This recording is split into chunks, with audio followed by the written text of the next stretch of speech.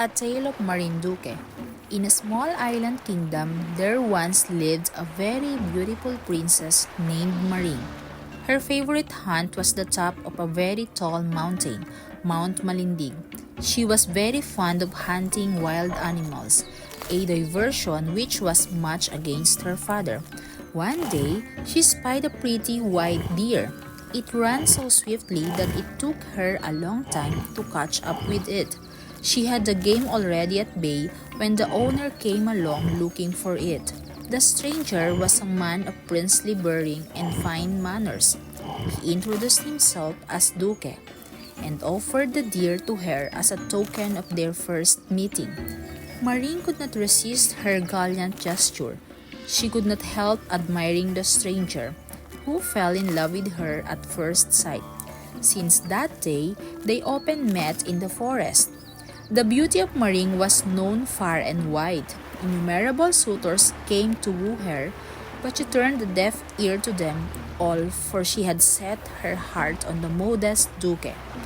Not knowing about her secret love affair, her royal father announced that her hand would be given to the one who would win a ship race. So the most persistent suitors, three wealthy kings, fitted out vessels for the contest. Duque could not participate in the contest. He was not rich enough to equip a vessel.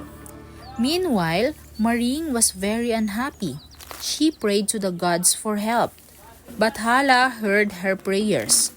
On the appointed day, the sky grew dark. The sea seethed turbulently and the winds blew furiously. But the contest could not be put off for another day. The three kings set forth bravely on their ships. Before they were halfway to the goal, one of them hit a rock and soon vanished from sight with his ship.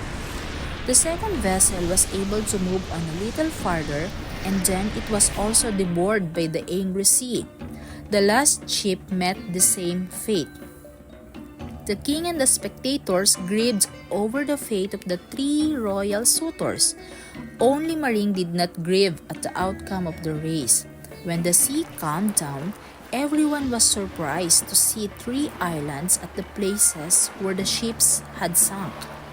They were named Tres Rayos, or Three Kings, after the unlucky trio.